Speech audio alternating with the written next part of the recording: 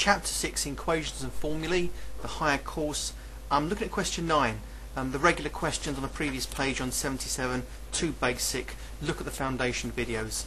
And so question 9 says, the diagram consists of two parallel lines. There they are, one there and one there. And of course the arrows give that away. In fact, that's the hint. Use what you know about angles on parallel lines to write down an equation in x, a single equation in x. Well, I know that this angle here is corresponding to that angle there. Therefore, I could write an equation, for example, 2x plus 20 equals 6x minus 100. I've been asked to do that. Actually, I can also say 2x plus 20 plus 3x plus 10 equals 180, because angles on a straight line add up to 180, as you know. But they've asked me to work with the parallel lines one, so therefore, since these two are parallel, then that equals that, because they're corresponding, and that's what I'm going to do. So solve your equation in x and redraw the diagram to show the numerical values of each of the three angles shown. In other words, let's get x first, substitute into each of these three expressions to find the actual angles present. So let's do what they say. That one equals that one. I'd rather have the 6x's on the left hand side, if I may. That equals 2x plus 20. You know how this goes. You come over, subtract, you minus 100, go over and get added. So I've got 6x minus 2x equals 20 plus 100. 4x is 120. X equals 30 degrees by division. So x is 30. Let's work out this part here. So I've got two lots of 30 plus 20 comes to 60, 80 degrees. This one should come to 100, because obviously angles on a straight line come to 180, but let's just prove it anyway. 3 lots of 30 plus 10 comes to, let's have a look at that, 90 plus 10, yeah, it's 100, it's what we expected. And this one should also come to 80, because these two angles are corresponding. So let's just do the last one. So 6 lots of 30 take away 100 is going to be 180, take away 100, and there you've got it, 80 degrees. And I've got to put it back on the diagram. So this one's 80 degrees, this one's 100 degrees, that makes sense, and this one is also 80 degrees. Alright. Now the next batch of questions are the problem solving ones that I plan to do, and I've pre-done these in case I crash, so that's just being honest with you, because these are problem solving things. Now I like these. You have to sort of generate an equation from the word scenario.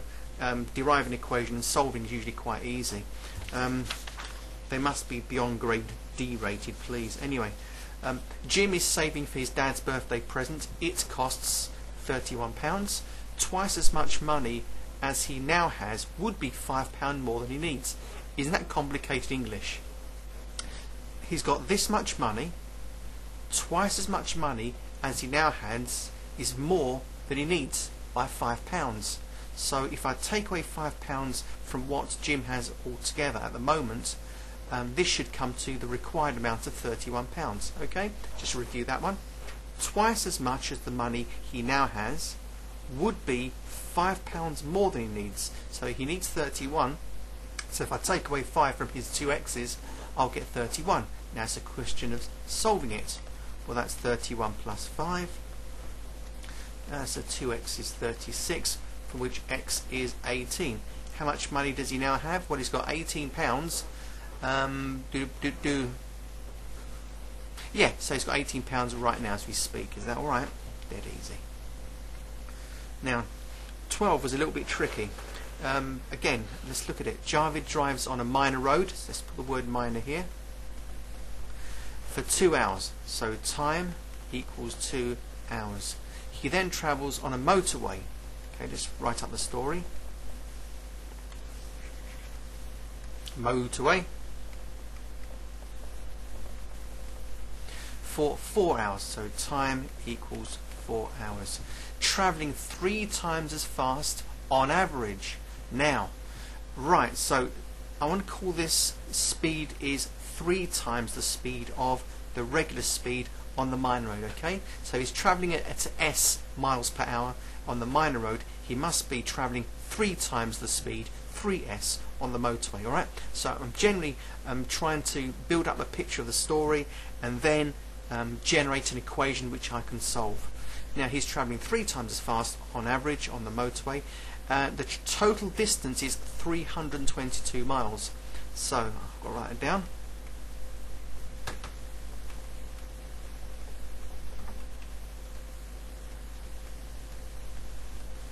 So okay, I've got to work out the average speed when travelling on the minor roads and then the average speed when travelling on the motorway. Now great, if I know what this S is, this speed, I'll just multiply by 3 and get the motorway speed. That's the easy part. Now I've got to somehow combine all of this to get an equation that includes this 322 as a distance. Now you know speed equals distance divided by time. So here I go. So speed equals a certain distance divided by 2 hours, and here I've got 3 times the speed equals a different distance divided by 4. Is that okay? So because he will travel a certain distance on the minor road, there will be a different distance on the motorway. So we can call this like D number 1 and D number 2. Now if I rearrange this, I've got the distance travelled on the minor road would be 2 times S, because the 2 goes over and gets multiplied. And the distance travelled on the motorway will be 4 times 3 S's, which is 12 S's altogether. Now look what we've got here. I've got a distance of 25.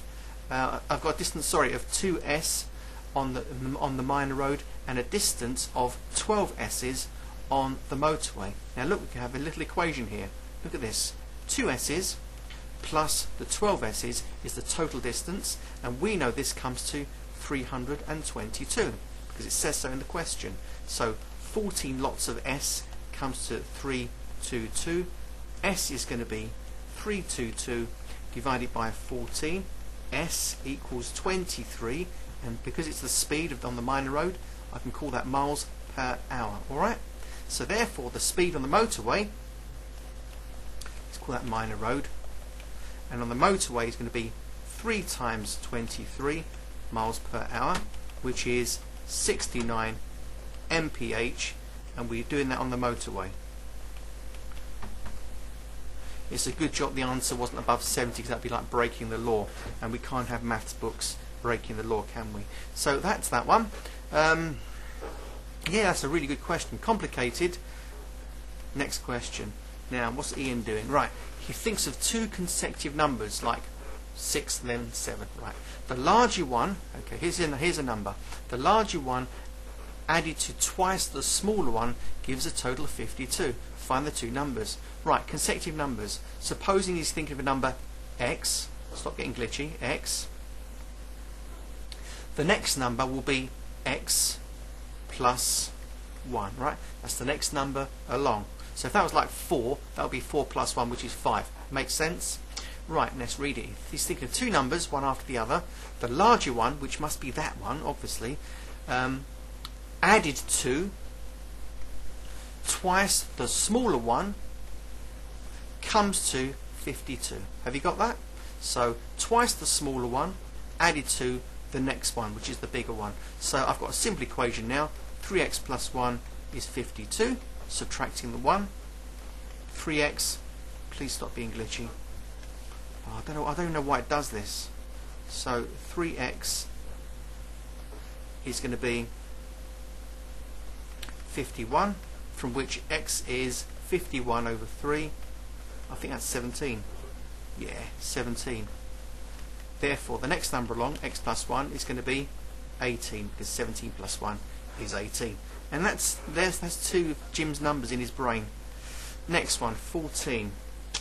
It says one class, so has 3 times as many students as another. Right.